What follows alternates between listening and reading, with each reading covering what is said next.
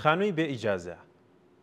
گەلێک جار مەئمورانی شارەداری و هێزی انتیزامی دەبینین کە وەکو لەشکرێک گێرش دەکەنە سەر خانوویەک کە بەبێ ئیجازەی شارەداری بیناکراوە.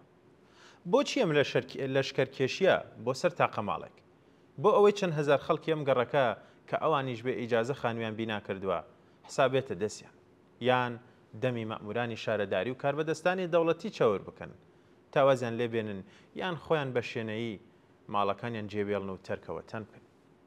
پرسیار ئەوەیە ئەگەر وایە ئەو خەڵکە ئاوە بەلێشاو بۆ ڕوو دەکەنە بیناکردنی ماڵی بێ ئیجازە داخواقلیان پێناشکێ کە بێ ئیجازە وەربگرن یاخود سەریان لە کێشە دەخورێت. وەڵامەکە ڕوونە هیچ کەم لەمانە نییە. لە ڕاستیدا ئەگەر وانەکەن چی بکەن؟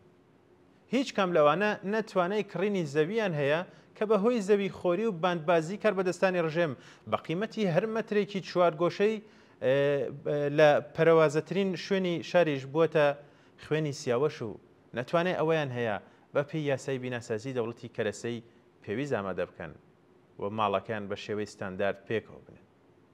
تەنیا چارەیەک کە بۆیان دەمێنێتەوە ئەوەیە کە بە شەو بە دەستە جەمعی بە پەلە پرۆزە هەر چێوەنێک بووە چواردیوارێک و سەقفێک پێکەوە بنێن و تێیدا بحەوێنەوە. هەڵبەت زۆربەی کاتەکان مەئمورانی شارەداری جەسارەتی ئەوە ناکەن کە هێرش بکەنە سەر ماڵەکان چونکە گەلێک جار وەڵامی دانشکێنیان لێ وەرگرتوونەتەوە. بەڵام جاریواش هەیە بۆیان هەڵدەکەوێت و هەوڵ دەدەن بەم جۆرە چاو نەترسێن پاشەکشە بە خەڵک بکەن یان بە شێوازێکی چاو نەترسێن پاشەکشە بە خەڵک بکەن. بۆ نمونە لە ساڵی 1385 لە کردەوەیەکی کەمێنەدا بوو کە 172 ماڵی خەڵکی هەژاریان لە گەڕەکی دۆڵی سەید حەسەن لە نزیک شاری سنا لە شەودا و بە پشتیوانی هێزی انتیزامی بۆڵدزەر ڕوخان. هەر ئێستا دەیان هەزار ماڵ لە دەوروبەری شاری سنە و باقی شارەکانی کوردستان هەیە کە لەم بارودۆخەدا دروستکراون و ڕژیم هەر کاتێک لە ترسیا خێزی خەڵک بوێرێت وێرانیان دەکات. یەکێک لە سەرهەڵدانە گەورەکان لە دژی کۆماری ئیسلامی لە ساڵی 1370 هەتاویدا لە گەڕەکە هەژانشینەکانی حاشیی شاری مەشهەد ڕوویدا. ئەم خەڵکەی وا لەم شوێنانە ئەو بەناوخانوانە بینا دەکەن نە ئاوی لولەکەشیان هەبوو نە ئاوڕۆشیان هەیە نە کارەبایان هەیە نەمە درەسە و دەیانگەیان هەیە نە دەرمانگا و نەخۆشخانەیان هەیە تەنها چواردیوارێکیان هەیە کە لە سەرما و گەرما دەیان پارێزێت.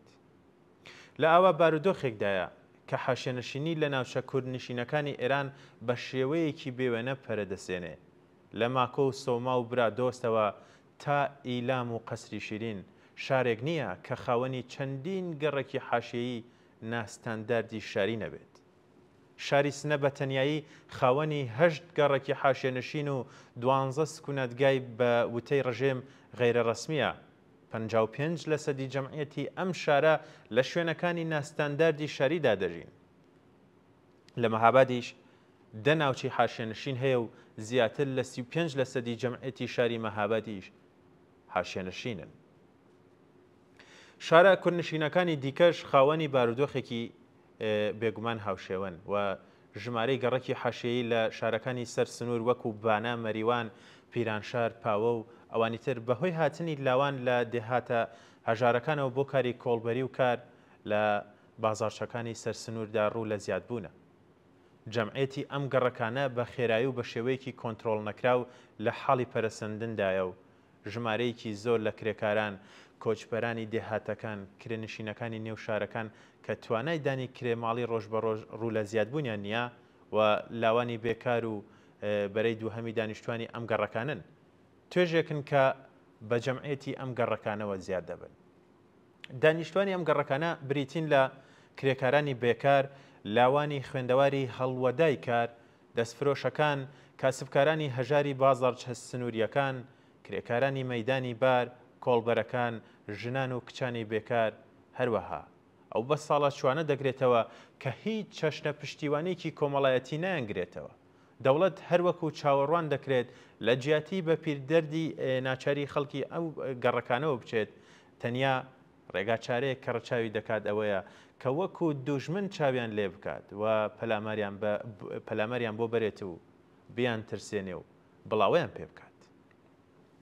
وا دیاریشە ڕژێمی کۆماری ئیسلامی دەرسی لە چارەنووسی ڕژێمی شاوەر نەگرتووە کە ئەویش سیاسەتی وێرانکردنی ئەم جۆرە گەڕەکانەی لە دەوروبەری شارەکان گرتەبەر.